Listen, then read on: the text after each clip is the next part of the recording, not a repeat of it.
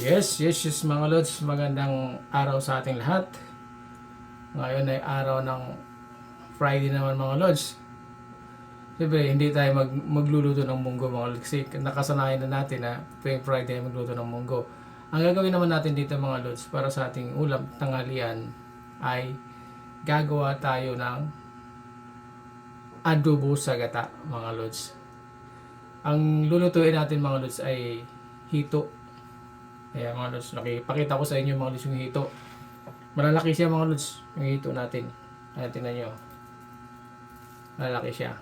Ayan, ito gagawin natin mga lods na gagawin natin adobo sa gata. At siyempre mga lods, haluan natin ng isdang natawag nilang balo mga lods na isda. Ito, ayan, mahaba. Ayan mga lods, oh. I-slice lang natin mga lods para pandagdag dito sa ating gagawing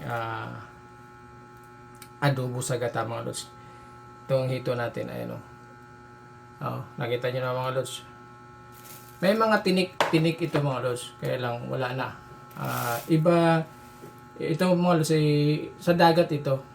Ayan, kasi makita yung mga tinik yung mga lods. Pag nakatinik ito, medyo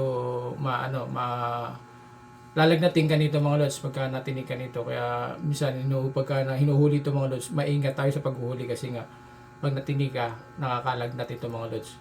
Sa dagat ito mga lods. Iba naman yung hito sa tabang mga lods. Iba naman yun, wala naman tinik yun. So ito sa dagat na may tinik siya. So yun ang pagkakaiba mga lods ng ating hito, no?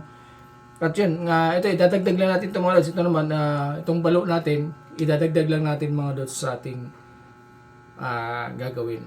So ayan mga lods, at tabayanan nyo at samahan nyo ako mga lods sa ating vlog. So ayan mga lods, tara at nang maumpisahan natin at nang makita nyo mga lods sa paano gagawin natin sa ating adobong gata. So tara mga lods. Okay, let's go. Opo, sandali lang po.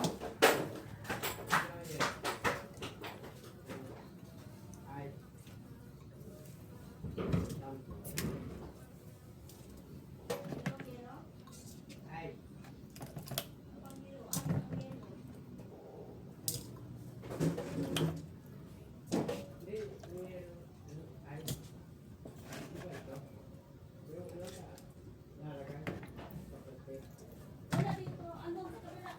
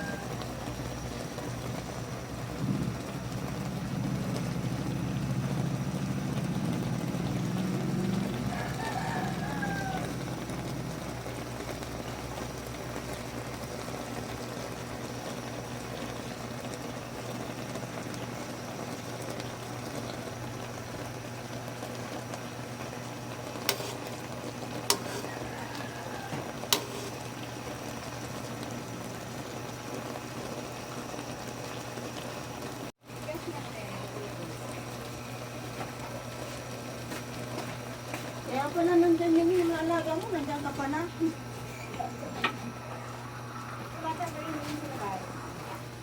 Ilan yung barako mo? Tatlo? Isang babae. Hindi. Ang babae. Ah, Ganyan. Kaya pag nag-share ko mo, takbo pataas eh. pero may nga dyan. Ano? Yung 30.